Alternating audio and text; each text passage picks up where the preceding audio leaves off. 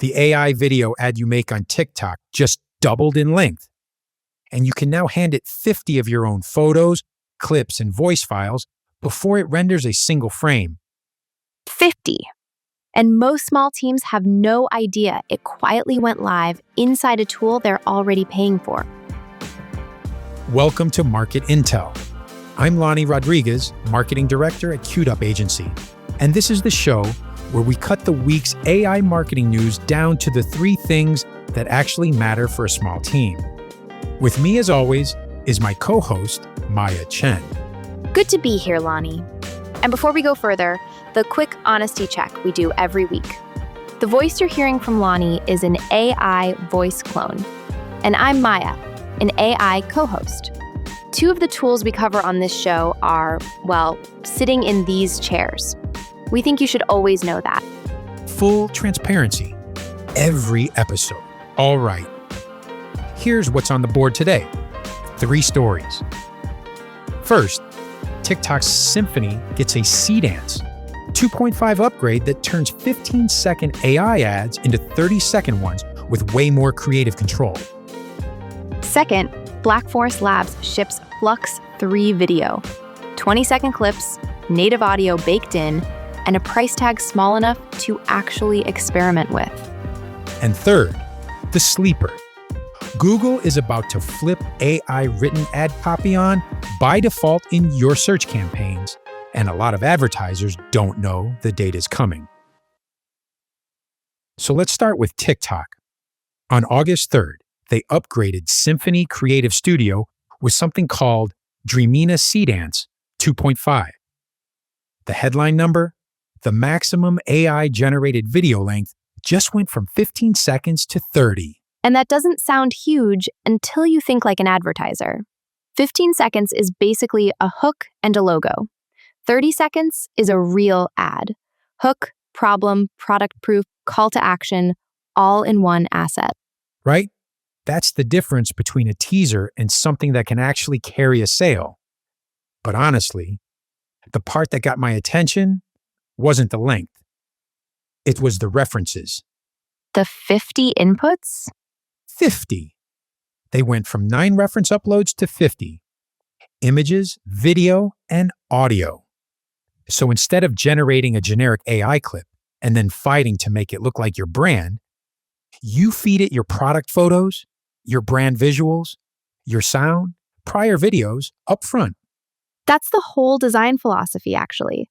TikTok's tagline for it is less fixing, more creating, which, for a 5-person team, is the real promise. The expensive part of AI video was never the generation.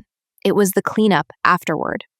And they added timestamp-specific direction so you can tell it what happens at a given moment in the clip. That's a level of control small advertisers just didn't have before. So where's the catch? Because there's always a catch. There's a real one. This is the reality check. It's gated. PPC Land reported it's limited to select paid advertisers in select markets. No public pricing, no market list, no timetable, no performance benchmarks. So we can't even tell most of our listeners, go turn this on today. Not yet. And MediaPost framed the rollout against a growing worry about low-quality AI slop flooding feeds. So this is not a push-button, make me an ad machine. It still needs a human with creative direction and a quality bar. There's one more piece I actually think is underrated. On the expert side, PPC Land tied this to the EU AI Act transparency rules that became applicable August 2nd. TikTok's building in AI labels, invisible watermarking, and C2PA content credentials. Which matters for a small business more than people realize. As AI ads get more scrutiny, having provenance and disclosure handled inside the tool is one less compliance headache you have to invent yourself. So the bottom line? Bottom line, this is the direction of travel for paid social creative, and it's landing inside a platform SMBs already use.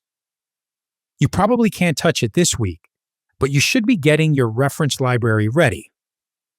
clean product shots, brand audio, your best performing pass clips. When access opens, the teams with organized assets win first. Okay, that's the gated walled garden version of AI video. The other thing that hit this week is the exact opposite. Wide open and priced by the second. Black Forest Labs, right? The FLUX people. The FLUX people. August 4th, they shipped FLUX 3 video into general availability. Clips up to 20 seconds. Native 720p, 1080p upscaling, and here's the interesting one. Audio generated in the same pass as the video. That's the part that made me sit up. Normally you generate video in one tool, voiceover in another, sound effects in a third, then stitch it all together. Native in-pass audio collapses that entire chain. For a small team, that's hours back. And it does the full menu. Text to video, image to video with start and end keyframes. Continuation from a few seconds of existing footage. It's multi-shot with camera angles in one prompt. But you keep coming back to the price. Why? Because the price is the story for our audience. Its partner endpoints, Gigazine and Kingy AI reported it, came in around 6 cents a second for a 720p draft, 17 cents for a 720p final, 29 cents for 1080p. So do the math out loud, because it's genuinely striking. A 20-second final clip at 17 cents a second is about $3.40. A draft iteration pass is about $1.20. That means you can generate dozens of short-form concepts and stay inside a sub-$500 monthly budget.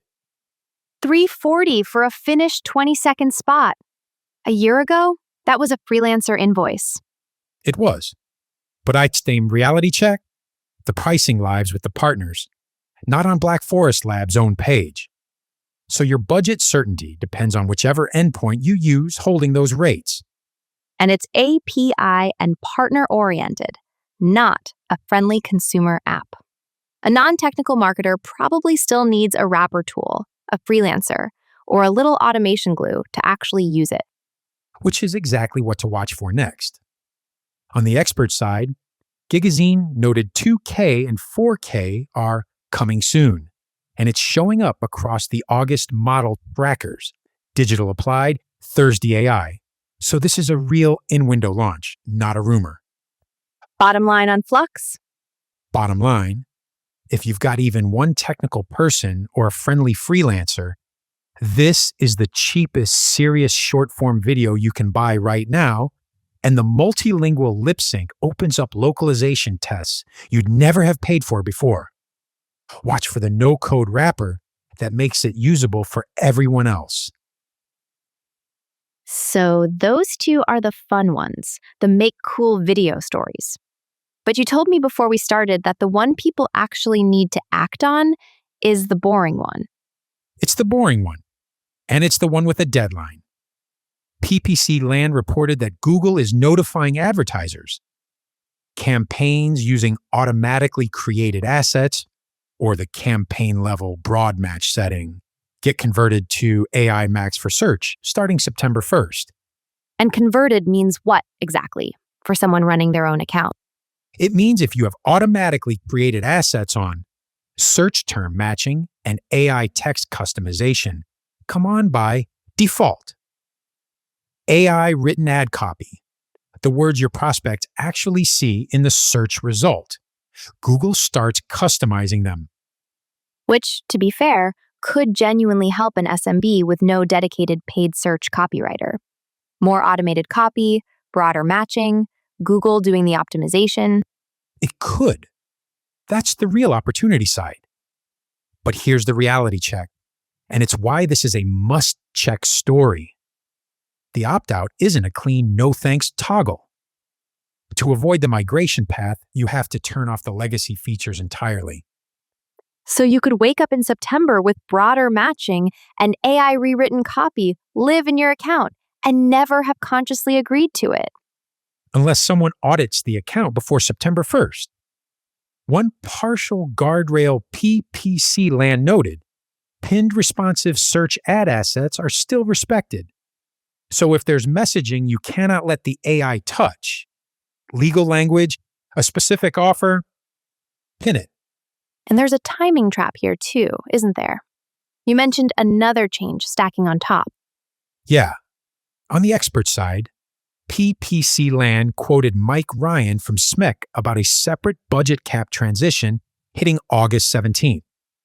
His framing was no cliff, and his advice was to wait 30 to 60 days of data before you judge results. That matters because if the AI max migration and the budget change overlap, your reporting gets muddy, and it's hard to tell what caused what. Bottom line, this is the one to put on the calendar. Before September 1st, open Google Ads.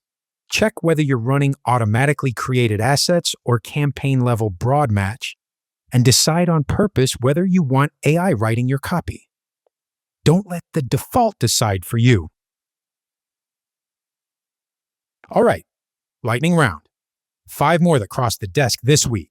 1. Klaviyo is acquiring Agency, a 25-person AI agent startup, and naming Elias Torres Chief Product Officer to speed up its composer and customer agents. 2. Snap launched a first-party Snapchat ads MCP server connecting Snap ad data to agents like Claude, ChatGPT, and Gemini. Read only for now. Write access planned. 3. MarTech flagged a whole cluster of SMB-priced AI launches.